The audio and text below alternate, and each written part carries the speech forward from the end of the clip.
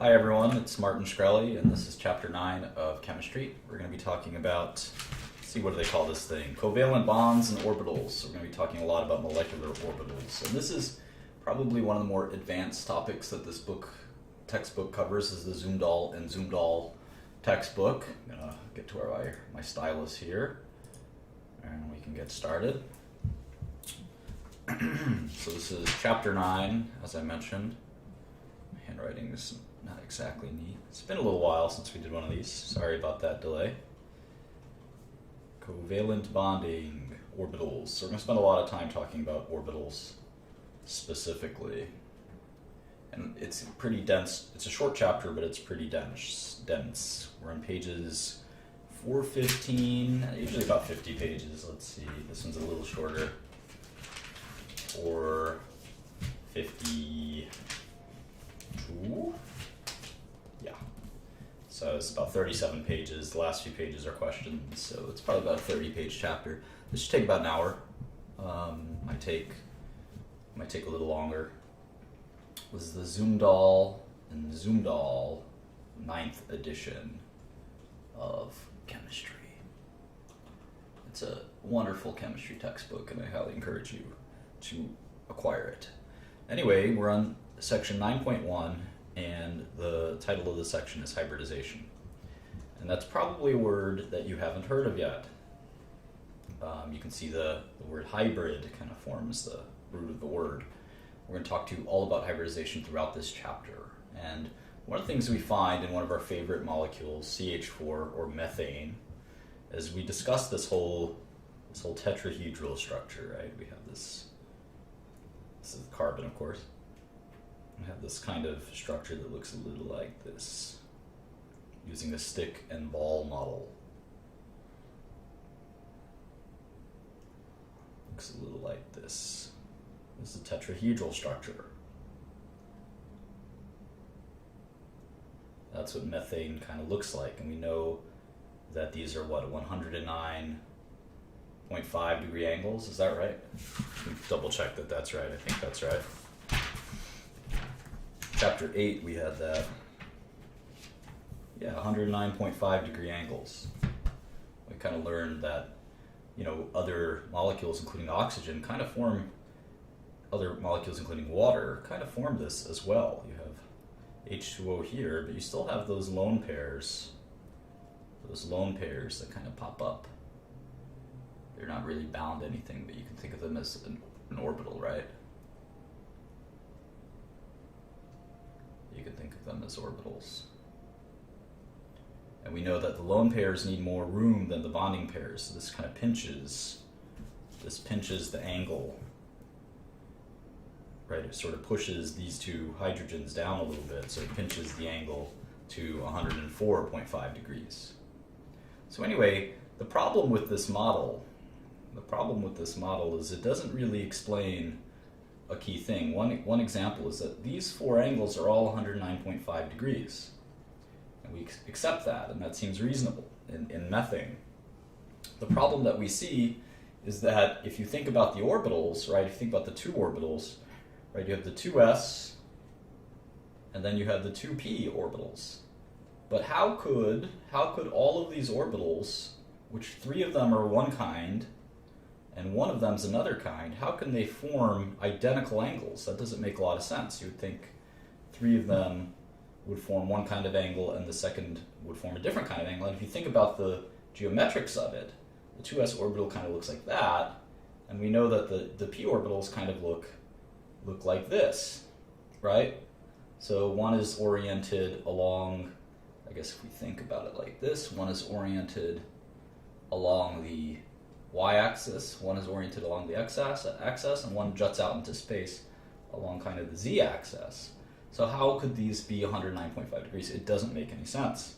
So what we found is that these orbitals actually hybridize, they combine, and they form four equal orbitals called sp3 orbitals, 1s and 3 p's. So they're sp3 orbitals. So instead of 2p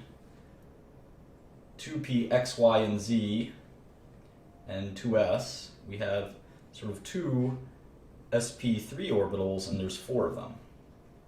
And And these guys form they're identical orbitals. And that's how we can explain the existence of methane. And if this is somewhat a unique or unusual idea, it is. It's pretty funky. The orbitals hybridize, so of course we know the p orbital, the s orbital looks kind of like that, and the p orbitals sort of look like dumbbells across these axes. One is x. Of course, that would be y, right? X would be like this. And it's sort of this dumbbell shape. These are called lobes, as we learned before. And then, of course, we've got the z-axis. We can do it like that, I guess. And so these four orbitals will all hybridize 2px, 2py, and 2pz. And all of them will hybridize to form these kind of unique looking orbitals that kind of look like that. And they also align against axes, except they align at 109.5 degree angles, just like we see in methane. So it's kind of interesting that these hybridized orbitals, so we call this sp3 hybridization, or we say that it's sp3 hybridized. So one things we'll find is that anytime we have a tetrahedral structure like methane, we're going to have sp3 orbitals. Anytime we have that. So keep that in mind.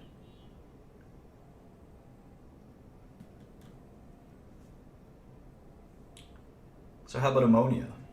Let's look at ammonia, one of our other favorite molecules, right? NH3.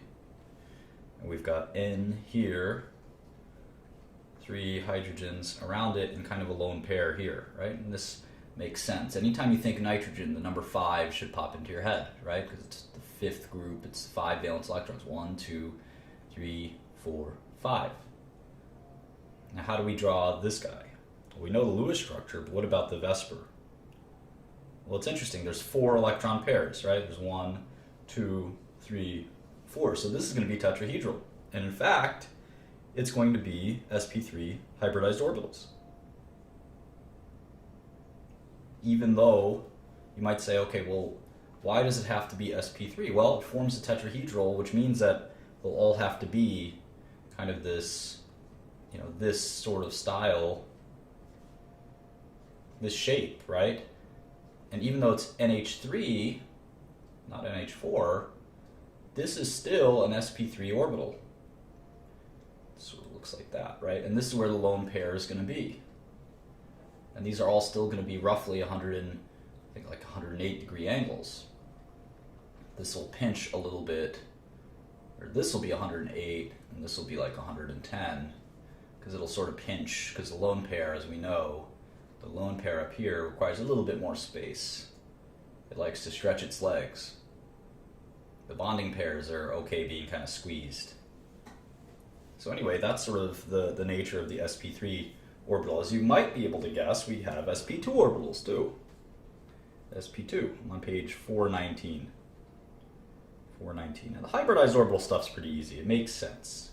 So let's look at ethylene, a very important hydrocarbon that we're going to deal with a lot of the enes in organic chemistry, and the enes are kind of characterized by this double bond. And we know from last chapter that a double bond is functionally a single bond when it comes to space requirements. So we know that this structure will be, 120 degree angles, a trigonal planar, right? Trigonal planar. So what we need for this situation is I guess one question is why do we need hybridization? Well, the answer again here is we have one s orbital and two p orbitals, and they're supposed to give us equal 120 degree angles, right? Equal 120 degree angles. But the problem is that we don't see that. So these three need to hybridize to become identical, and that's what ends up happening. So we actually get, let's look at the old electron configuration. Remember, this is always an order of energy. So we have the 2s, and then we have the 2p orbitals. So this is sort of the before. You have all seen before and after pictures. And this is the after. So what ends up happening is this 2s is gone. Basically, it's gone. There's this 2p two sp2 orbitals, 1, 2, and 3, because 2 of these guys are gone. So these 3 hybridize. There's 3 of them, but there's still one 2p orbital that has more energy, requires more energy, or has more energy, depending on how you look at it, than all of the rest. So the 2p2 orbitals is interesting. It's sort of in between. It's in between. So that's the new structure, and as you can imagine, the ethylene looks like this, but these are sort of the bonding. These are sort of the ones that form angles, if you will. So anyway, let's take a look at that a little further, and we're gonna have a fun diagram here. So we've got the carbon. It sort of looks like this. We've got those 120-degree angles from these sp2 orbitals. 3 sp2 orbitals, right? Here are the 3 sp2 orbitals. sp2. This is sp2. And this is sp2. All right? Of course, we got a hydrogen here. And the hydrogen is the 1s orbital, right? And the electrons, it's kind of fun. The electrons exist in between, like this. They don't float around in here. They don't float around in here. They kind of exist in the overlap. Does anyone know what we call that? We call that a sigma bond. Sigma bond. That's pretty advanced stuff. This is cool stuff. You really get to, if you master this, you can really start doing some real organic chemistry. And this is just a beginner course. But I'll tell you that if you understand the difference between a sigma bond and we're about to learn what a pi bond is, you're going to have a lot of fun learning much more about chemistry. So anyway, we'll keep going with this molecule, but here's the other carbon, right? It sort of has this, kind of looks like a flower, right? These 3 equal orbitals. It's an sp2 orbital as well. And then again, when we have these overlaps of orbitals, where these electrons exist in that overlap, that's a sigma bond. That's a sigma bond. And of course, the one we pointed out is a sigma bond. And of course, we got these 2 hydrogens again that form this sigma bond. And we'll still label these orbitals sp2, 1s, sp2. Of course, that hydrogen up down here for the sigma bond. Hydrogen 1s. So are we done? Does anyone know if we're done? It looks like we could be done, right? There's one thing missing. What's missing? Well, we kind of have that double bond, don't we? We kind of have that double bond. And what about that last p orbital? Well, let's draw that last p orbital. It actually looks like this. So remember, if we remember kind of where those orbitals went, there's still one p orbital. Still one p orbital. And this carbon's got one too. So what ends up happening is the electrons in these orbitals, unbelievably, remember the p orbital is symmetrical, right? It's like a dumbbell. So what ends up happening is the electron will actually kind of exist between here. And this we call a pi bond. It's the other kind of bond. Think of pi, you can think of perpendicular or parallel. You can think of it between p orbitals. A couple ways to remember that this is a pi bond. Overlap, sigma bond. So that completes our ethylene detailed explanation of how ethylene exists. We got 1, 2, 3, 4, 5 sigma bonds and 1 pi bond. And interestingly, every time we have a double bond, we have 1 pi bond and 1 sigma bond. This is sigma, this is pi. Anytime you have a double bond, you're going to have that.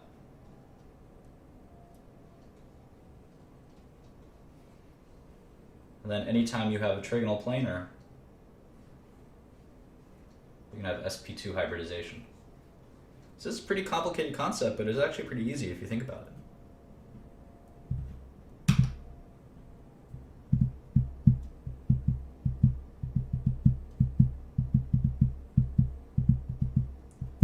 All right.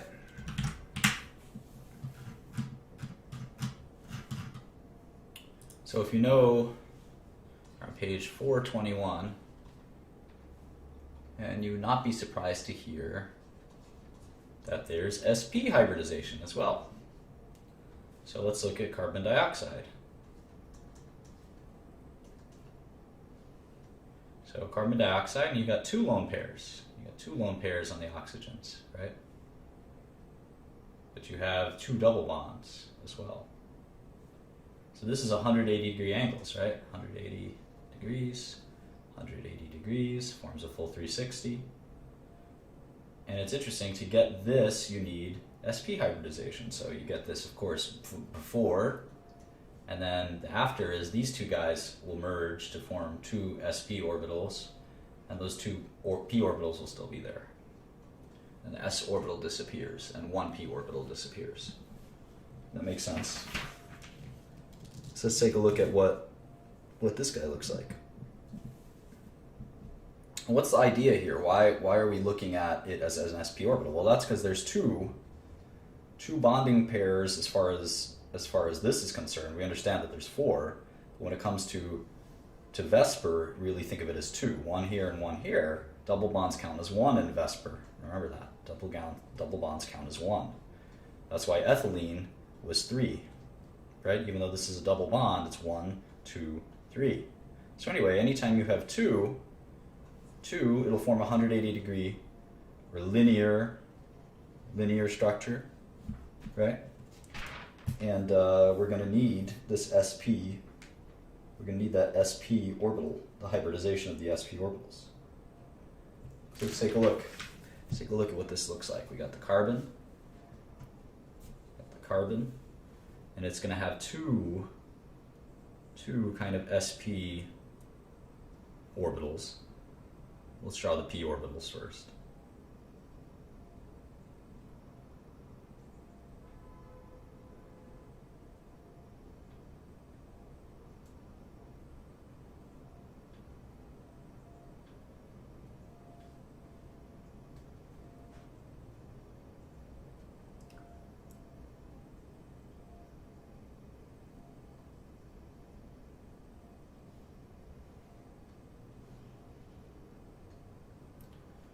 Alright, now we have oxygen, and here's a sigma bond.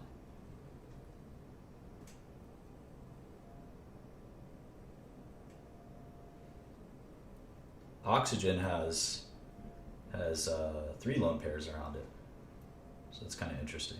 There are 2 lone pairs and 1 bonding pair, so it's going to need to be trigonal planar. It's kind of interesting. So these are sp2 orbitals for oxygen. And this is the P. The P's got its own other lobe, right? And these are sort of p orbitals.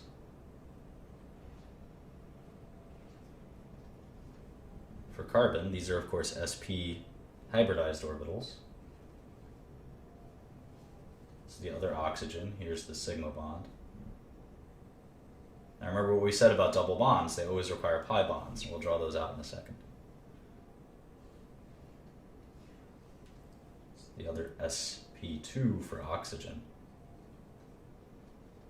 And then finally we've got the sort of the p orbital. And here's of course where we're going to see the pi bonds, right? We're going to see one between this p orbital and this p orbital. And we'll see one between this p orbital and maybe this p orbital. So we've got 2 sigma bonds and 2 pi bonds. And that's where these 2 double bonds come from. One of each. Hope that's clear. All right, they're asking us to draw N2. We know N2 looks like this. 1 lone pair. Here it's a linear molecule, right? It's got 1, 2 around this nitrogen and 1, 2 around this nitrogen. So this should actually be pretty easy. It'll go from this to this. Classic sp hybridization. So we'll have two sp orbitals popping out like this, right? That's a sigma bond. And then interestingly, this is fascinating, those remaining p orbitals, these are the remaining p orbitals,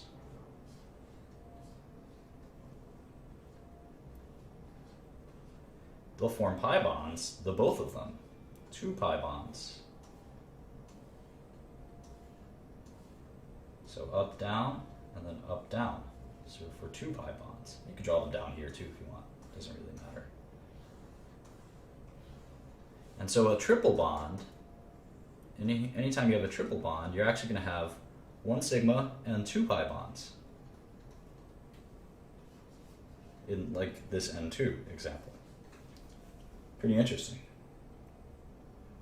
And as you might have guessed, you can actually have dsp3 hybridization. So this is when you need, right, when you need a trigonal bipyramidal, when you need something that looks a little like this.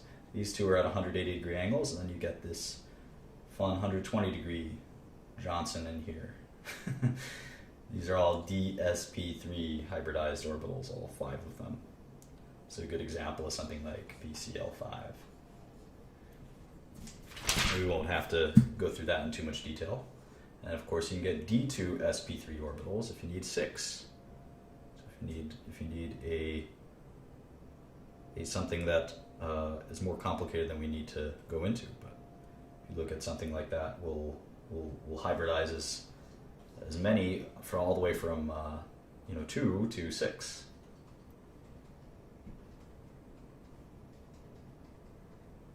And we know what all of them are called, right? SP, SP2, SP3, DSP3, D2, SP3. Cool. So we kind of get hybridization. Makes a lot of sense. It's not that complicated.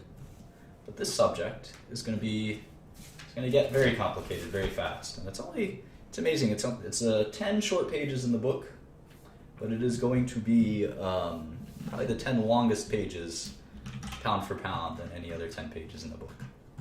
So we're going to have a lot of fun going through that. On page 428. If there's going to be 10 pages in this book that you're going to have to read over and over and over again to understand, it's going to be these 10 pages. And we're going to call this the molecular orbital model. And I hope I can explain it well, because it is not simple stuff. It is not simple stuff. And what we're going to spend a lot of time talking about is H2, just hydrogen gas. One covalent bond, right? One hydrogen brings one. I draw this guy in red.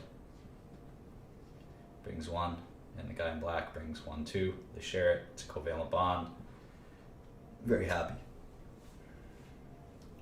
So, how does this all work? We're going to call these molecular orbitals, where the orbitals between the molecules merge. Molecular orbitals. This is how covalent bonds really happen. They happen in molecular orbitals. And remember to keep an open mind as we describe this. Molecular orbitals are a lot like atomic orbitals. They're the same in many ways. They hold 2 electrons, and when you solve their psi function, the square of it or the square root of it will tell you the probability of the electron. It's the square of it. So we won't get into any Schrodinger equations or anything, but that's the concept is not too dissimilar, but there are some dissimilarities, and we're going to go through them. So when we solve it, one of the things that we learn is when we have 2 molecular orbitals, say just in the s orbital. It's kind of fun. We have to merge these 2 orbitals, so we'll call it hydrogen A and hydrogen B, and they each have one s orbital, right? Where there's 1 electron kind of flying around. That's in any probability that's given by that psi function. So when the molecular orbitals merge, they form like this. There's one orbital that is the merger of the two, and there's actually one orbital that's the subtraction of the two mathematically. And what they look like is this. This looks like this. It's kind of a longer orbital, and we call it the bonding orbital. And this one sort of breaks into two, because it's a mathematical subtraction. It's kind of funky, isn't it? We call it the anti-bonding orbital. The anti-bonding orbital. So this is how the s orbitals can interact. And we refer to them as sigma molecular orbitals. They're sigma molecular orbitals. Significance of that will become more clear in a minute. And so what's really important to understand about these molecular orbitals, and we'll do kind of a before and after. So, and this is a kind of diagram you'll have to learn. Remember, we think of these hydrogen atoms as they're solo. We'll call them hydrogen A and hydrogen B. One proton in the middle, one electron flying around that 1s orbital. And when they form that covalent bond, it's like this, right? And the 1s orbital is gone, actually, for each hydrogen. They merge to form an MO1 orbital and an MO2 orbital. And what does that look like? Well, let's draw the structures for each. Let's draw each solo atom and then the molecule itself. So, and remember, energy goes up when we do these diagrams, and this is a pretty cool way to do it. So here's the 1s from the A atom. Here's the 1s from the B atom. It's got one electron. And when they merge, or when they make a covalent bond, they form those two orbitals that we talked about. And what's amazing is molecular orbital 1 has lower energy than the 1s orbital. And that's where the electrons will sit. Because remember, systems tend to prefer the lowest energy. And the MO2 orbital has higher energy. That's why it's called the anti-bonding orbital. And as you can see, it stays empty.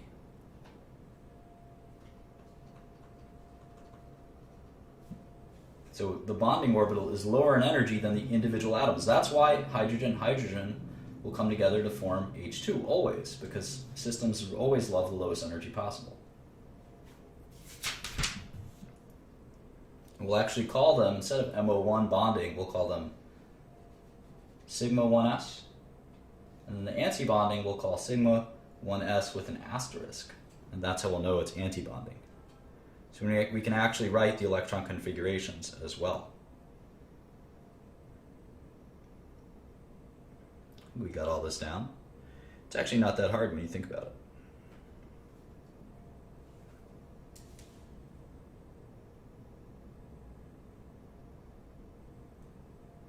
So let's talk about a concept called bond order.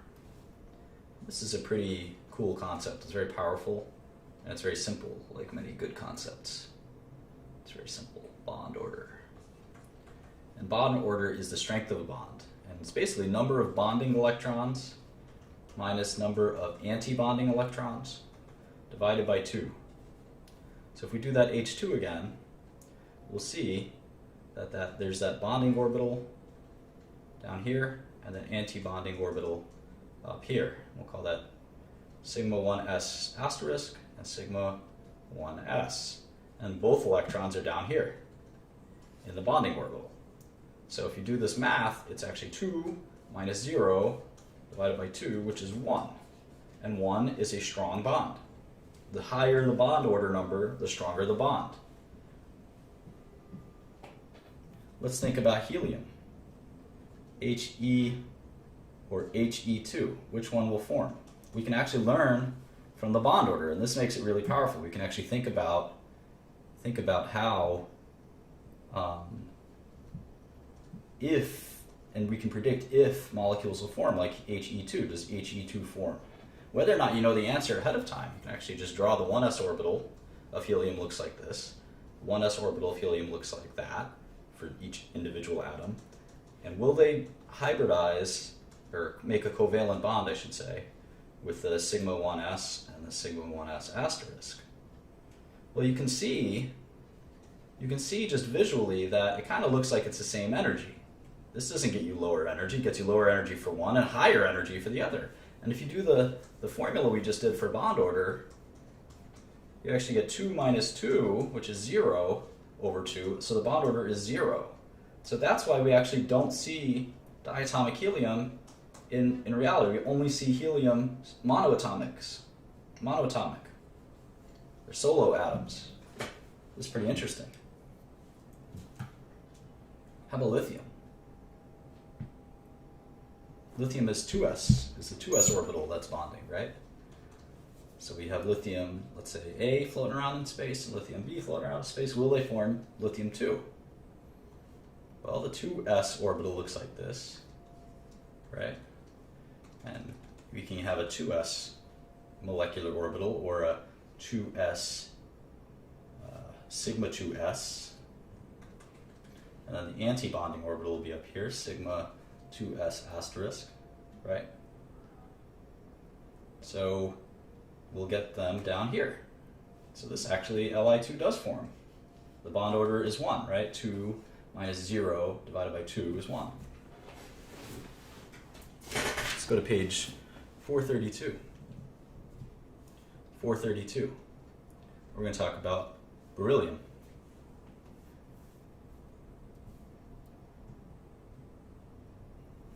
Beryllium is a lot like helium in that regard, right? The 2s orbital has got 2.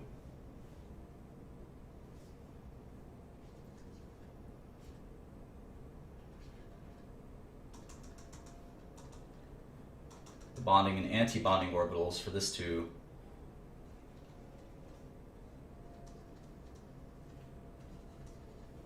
bond, we'd have to see it like this, right? And this doesn't, we can tell 2 minus 2 over 2, 0 over 2, 0, so the bond order doesn't predict that this will form.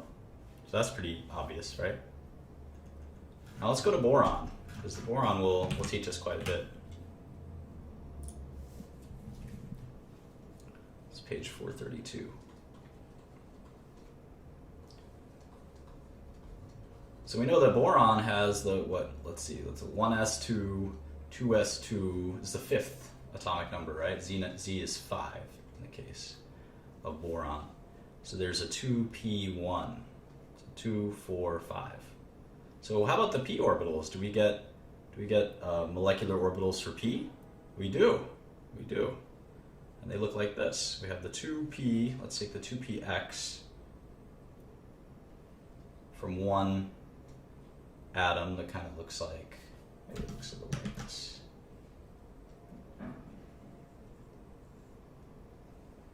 Right? Well, let's not worry about the plus minus too much. It doesn't mean what you might think it means. It's a little complicated. And if we take a 2p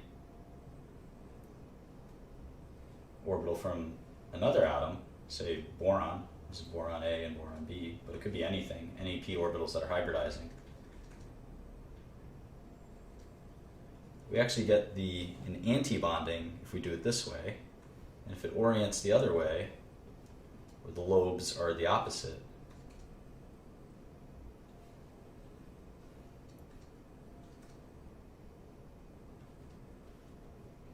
we get the bonding orbitals, and they look like this. The anti-bonding orbital is fascinating. It looks like this.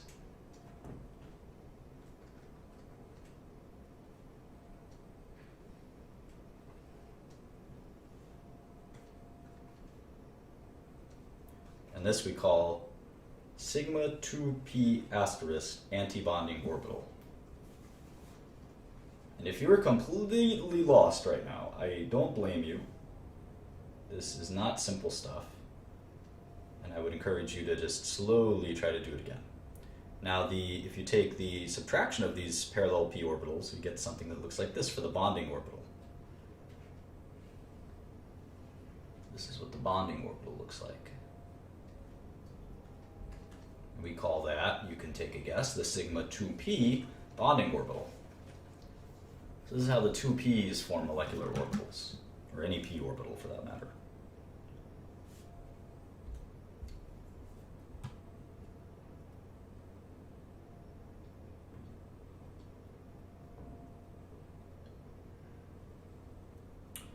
And that's for the 2px orbitals. So now what we see in the 2py orbitals and the 2pz orbitals is a little different. This is, remember, the way we can do these for the molecular orbital model is 2py plus 2py and 2py minus 2py. And then we can do the same for the z's. We just did the x's. And they all have different shapes. So here's 2py. This is up and down, right? Because it's the y axis. You don't have to memorize these too much, but they're fascinating. They look like this, sort of like flower petals. This is the antibonding orbital. And as you can imagine, we call this, instead of sigma, these are now the pi orbitals. So this is the pi, 2p pi, 2p pi bonding, t-bonding in this case. So of course it's going to have the asterisk. And if we subtract them, that's what we get. Now if we add them, we're going to have constructive and destructive interference. Let's remember that, right? If the signs are opposite phase, that's destructive. And if the signs are the same phase, that's going to be constructive. So this is destructive, and here it's constructive. And we get something that looks just like this. Sort of like the S, what happens in the molecular orbitals for the S. And we still call these pi though. We call this just pi 2p bonding orbital. Then there's the finally is the Z. So the Z's kind of look like this. They're across the Z axis, right? Plus minus. We'll do the first one is antibonding, right? Destructive interference. Destructive interference is when they're opposites. Constructive interference is when they're the same. So this is going to be a subtraction. You subtract these two and we get this mathematical, remember these are all probabilities, and we get, it looks the same.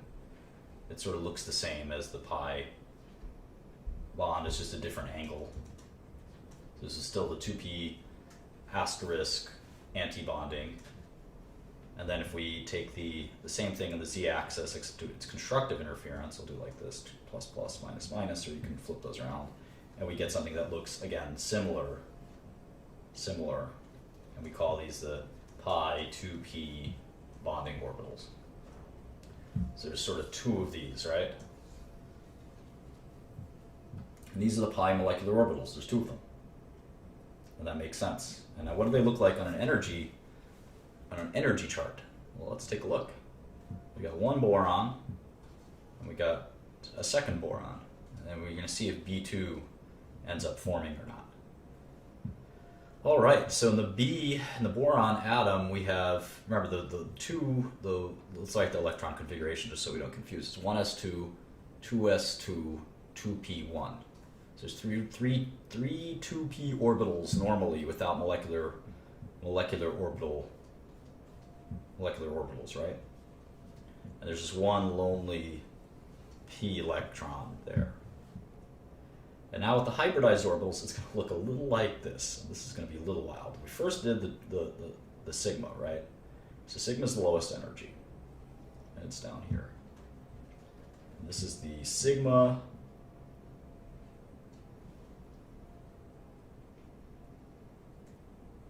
That's a pi. Let me draw a sigma.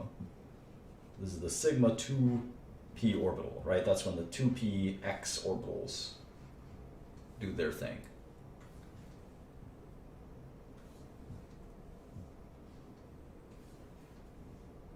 That's a sigma 2px. It's the lowest amount of energy, so it'll snag these two electrons, right? And then you'll have, of course, you're going to have the corresponding antibonding orbital. The sigma 2p antibonding orbital, the asterisk. Then we also have the hybridized pi orbitals. Kind of interesting. They're up here. Remember, there's two of them. You've got the pi 2p, two pi 2p orbitals, and then two pi 2p antibonding orbitals. So that is what it looks like. And as you can see, you get a lot lower energy if boron is doing it like this. Now, fascinating is you're still having the hybridization or the molecular orbital function of the s orbital. So this is 2s. And the 2s has to actually get filled both in the sigma 2s and the sigma 2s antibonding. Because remember, when you have a covalent bond, you get double the electrons. And that's something that I tend to forget when I do these. This is boron 1 that's bringing 2, 3, right? 2 from the 2s and 1 from the 2p. And this is the other boron atom that's doing the same thing. They're both bringing 3 electrons to the table, so you're going to have 6 electrons. Electrons don't disappear. So 2 have to go in here, 2 have to go in here, and 2 have to go in here. And you get net lower energy. This energy from the s molecular orbitals kind of washes out, but the p wins the day because they form lower energy in the sigma 2p molecular orbital. Whew! And let's just finally do the bond order. Bonding electrons minus anti-bonding electrons. Well, how many bonding electrons are there? There's 2 in here, there's 2 in here, that's 4. How many anti-bonding electrons? Here's 2. And then we divide by 2. So 4 minus 2 is 2. 2 divided by 2 is 1. So the bond order is 1. And we do see B2 from time to time. And the true answer is even a little more complicated than that. And we're going to get into that right now. We're on page 434. We're going to talk about magnetism, specifically paramagnetism. This is going to get somewhat detailed, but as soon as we get through this, we're more or less done. It's going to be a little hectic and will hurt your head because it'll contradict a little bit of what we just went through, which doesn't happen too often in chemistry, but in this case it will.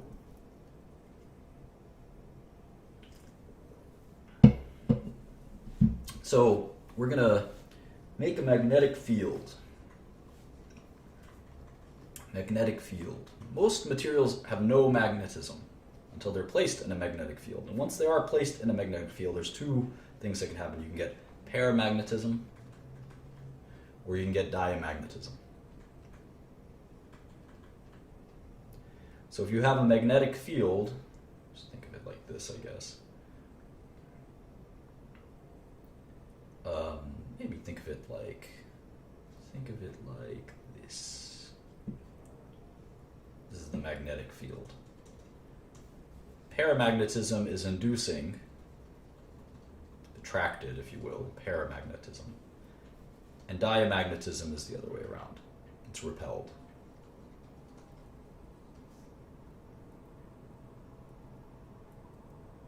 That's pretty easy. And what we found is that paramagnetism is associated with unpaired electrons.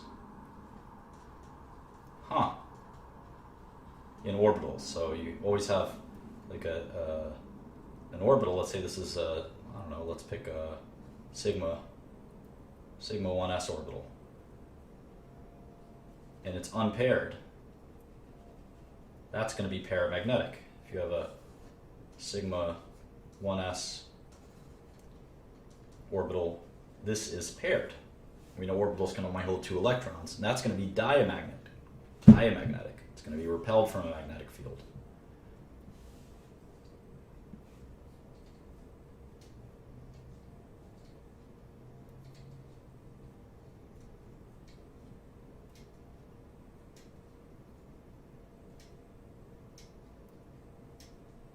So what we found is that boron B2, when we did all of this stuff, we found that it was going to be paired, right?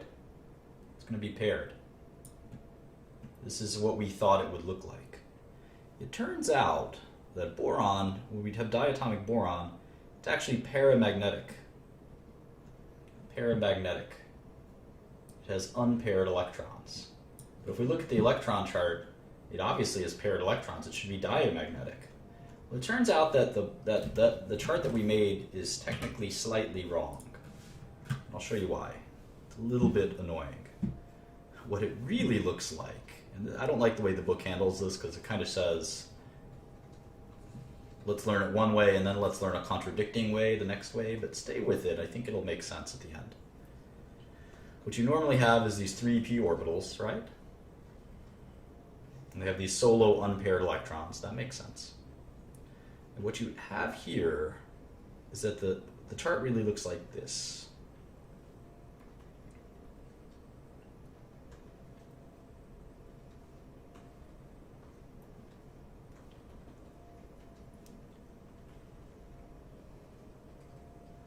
So these are the pi orbitals. Pi 2p. And they actually, the electrons go down here. And so they're unpaired. And therefore paramagnetic. This, of course, is the sigma 2 p. And these are the anti-bonding orbitals, right?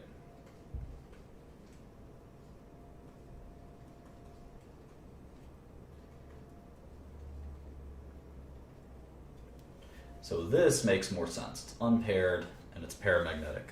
Now why does this happen? Why does this happen? What went wrong? What do we acknowledge kind of went wrong here? It's interesting. What ends up happening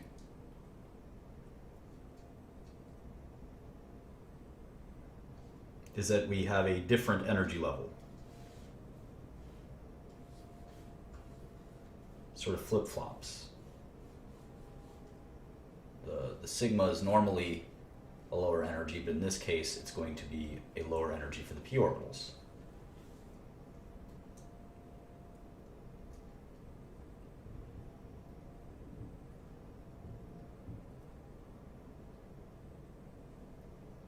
So we get some, we call this 2s 2p mixing.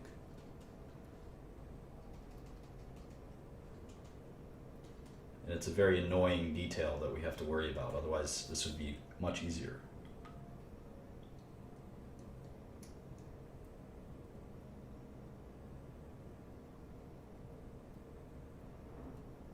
We only see it a few times in a few different elements, and we have to remember in which elements we see it in. We're gonna draw a few right now to see.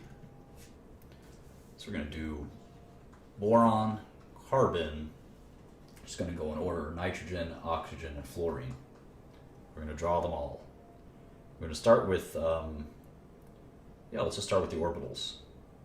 So for these 3, we're going to get this p mixing. For these 3, boron, carbon, and nitrogen. So the energy levels will look like this. They'll start with sigma. This is what we learned is normally the way it starts. Sigma 2s, sigma 2s antibonding orbital. This makes sense because it's the s orbitals. It's going to be the same for all of these guys, right? Because we're always going to start with the s orbitals. And even though boron only has one 2s electron, remember they're both bringing, well actually it's full. Lithium has one 2s, so it's going to look like that. All of these, in fact, will be full.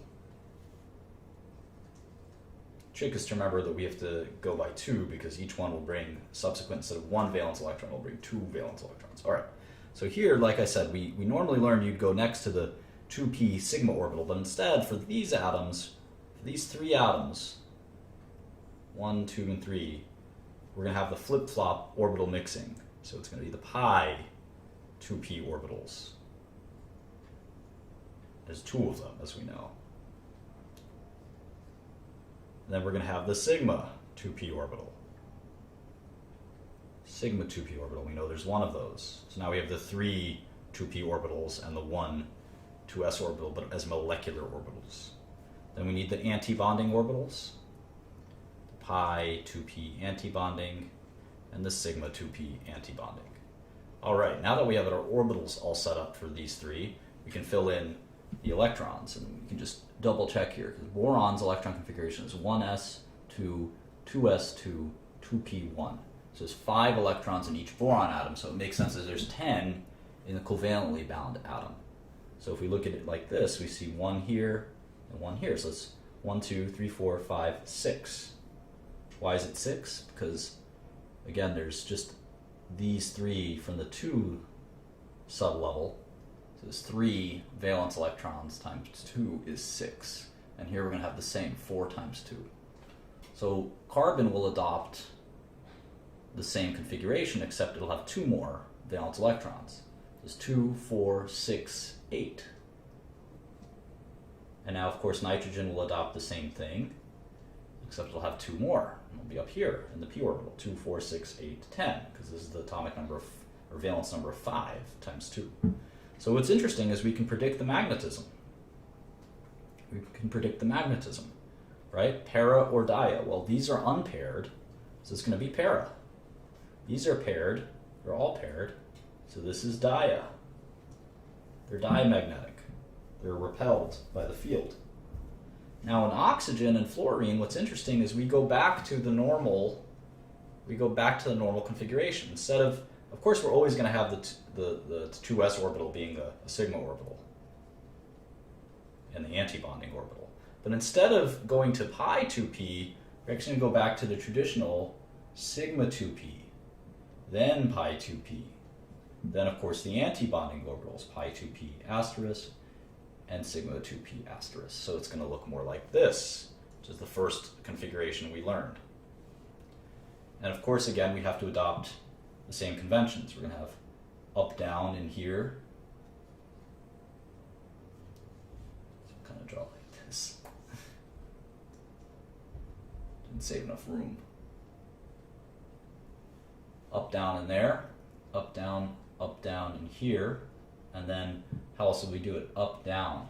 Remember, because this is 6 times 2 is 12 electrons. 2, 4, 6, 8, 10, 11, 12. This last one will be up, not down.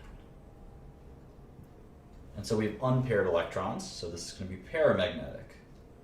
And then finally, this will adopt oxygen's configuration, except we need 2 more electrons, so this will be fully absorbed, and it'll be diamagnetic. All these orbitals are full. So, that has taught us quite a bit here. We can learn something as well about the bond dissociation energy.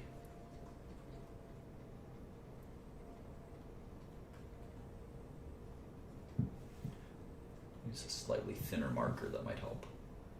So the bond dissociation energy, or the amount of energy it takes to break a bond, 290, 620, 942, 495, and 154. Isn't that fascinating? It goes up and then it goes down. I wonder why. Well, take a look.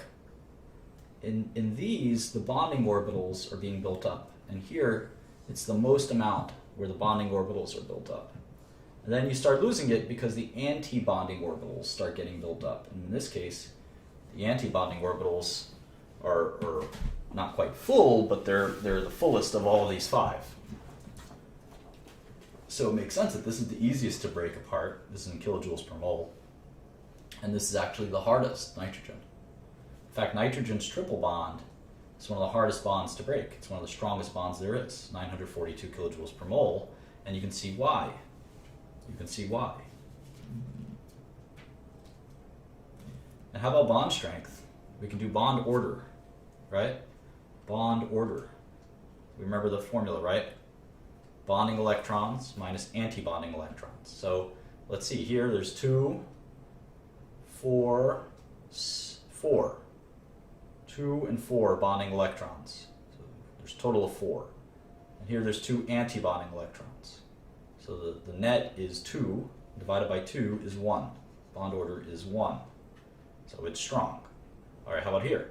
There's 1, 2, 3, 4, 5, 6 bonding electrons, minus 1, 2 antibonding electrons, divided by 2, that's 2. 4 divided by 2 is 2. So that's even stronger. Carbon C2 is even stronger. And we can see the dissociation energy is higher. How about here? 1, 2, 3, 4, 5, 6, 7, 8. 8 minus 2 over 2. That's 6 divided by 2, and that's 3. The bond order is 3. How about here? 1, 2, well, it's going to have the same. It's going to have 8, right? 1, 2, 3, 4, 5, 6, 7, 8. But the anti-bonding is different. It's 1, 2, 3, 4. It's 8 minus 4 over 2 is 4 over 2 is 2. So the bond order is 2, which makes sense why it's a weaker bond. And here, it's 8 minus 6, which is 2 over 2, or 1.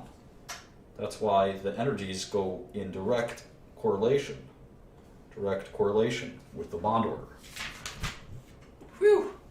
All right, that was a lot of fun. I hope you fully understand that. Interestingly, we want to understand, we're almost done, but we want to understand what happens with, I'm on page 438 here. 438. Bonding in heteronuclear diatomic molecules. There's only one A in diatomic. Heteronuclear diatomic molecules. I have a sloppy handwriting, I'm sorry about that. Okay. So, it turns out when you have molecules, we draw our periodic table a little bit. Hydrogen, helium, lithium, beryllium, boron, carbon, nitrogen, oxygen, fluorine, neon. All right, so we have elements that are adjacent. Elements that are adjacent in the periodic table. We can actually consider them to be close enough to be diatomic and homonuclear. They're always going to be diatomic, but they're going to be homonuclear. So a good example is nitric, right?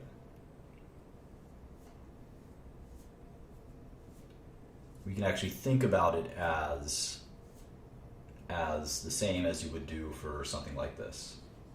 They're close enough. So what we'll do is we'll draw the energy levels. 2s orbitals always go first. And in this case, we're going to start with the pi orbitals. Then we're going to go to the sigma orbitals. Then we're going to do the anti.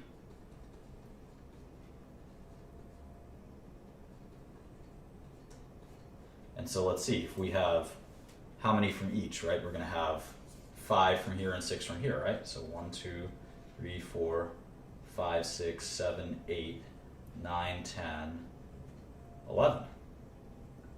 And that's sort of the molecular orbital configuration for nitric oxide. Cool. All right, we are basically done. Let's see if there's one last thing I want to show you.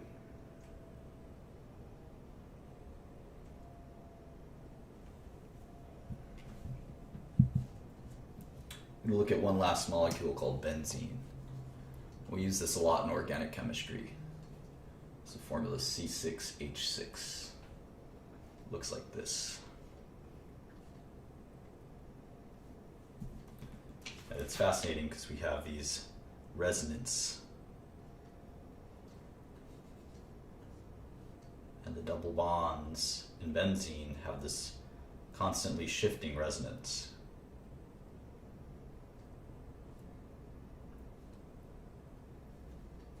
Etc. Maybe another way to draw it is like this.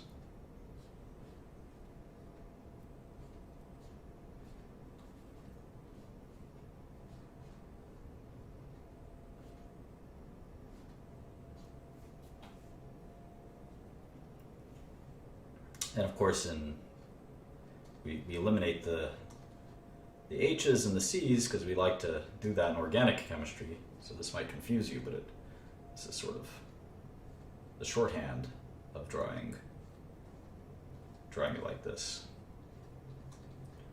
And we'll learn in organic chemistry to eliminate a lot of this clutter by just drawing lines for carbon and assuming the hydrogen is there, because we don't need to write the hydrogen if we know it's there. So what ends up happening in this benzene molecule is you have the sort of three sp2s, right? Because if you have, just take this carbon for instance, it's got functionally has three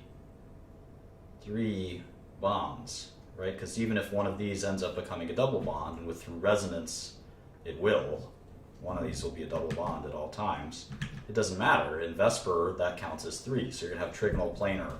So what you end up happening here is it looks a little like this. This is hydrogen, and of course we're going to have a sigma bond here. And these are all sp2 orbitals. They're hybridized for sp2 orbitals. So there's going to be one p orbital. It's kind of sticking out like this. If we have the other carbon here that forms the top of benzene, here's the sigma bond. These are all sp2 orbitals. And again, you're going to have that sigma bond, this p orbital forming a pi bond.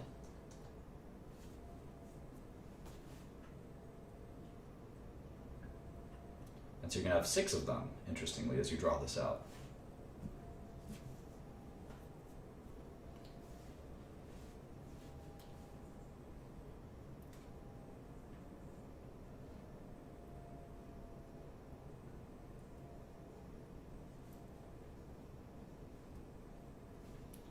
It's kind of fascinating because if you have all 6,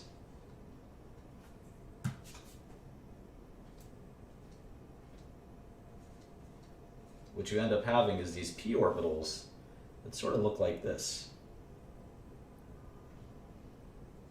They sort of form this hexagonal p orbital structure, right?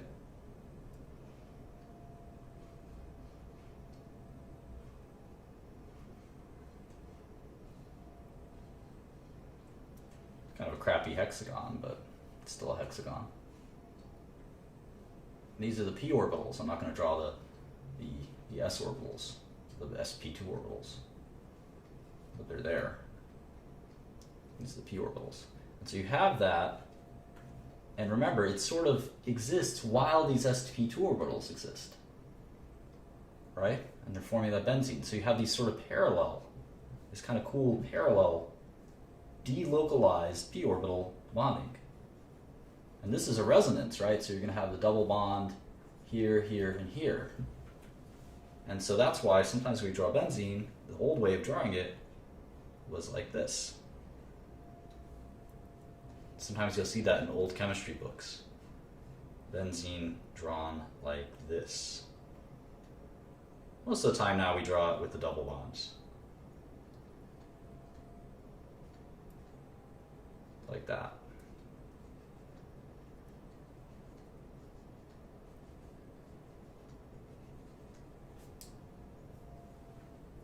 So that concludes the lesson. It's sort of a small preview of some of the things we're going to encounter in organic chemistry. And I hope that you enjoyed this. We've got one last really important chapter to discuss, which is liquids and solids. We learn about hydrogen bonding, London forces, dipole-dipole attraction, which is hydrogen bonding, and then a little bit of math. But this will be the last kind of important, very important theoretical no math chapter, is chapter 9 and chapter 10. So chapter 8, 9, and 10 are kind of the 3 important chapters. And after that, we'll sort of do a lot of problems in math and talk about some things that are a little less crucial to the future of what we're trying to accomplish. But hope you enjoyed this. Stick around for finance, and we'll talk to you soon. Thank you so much.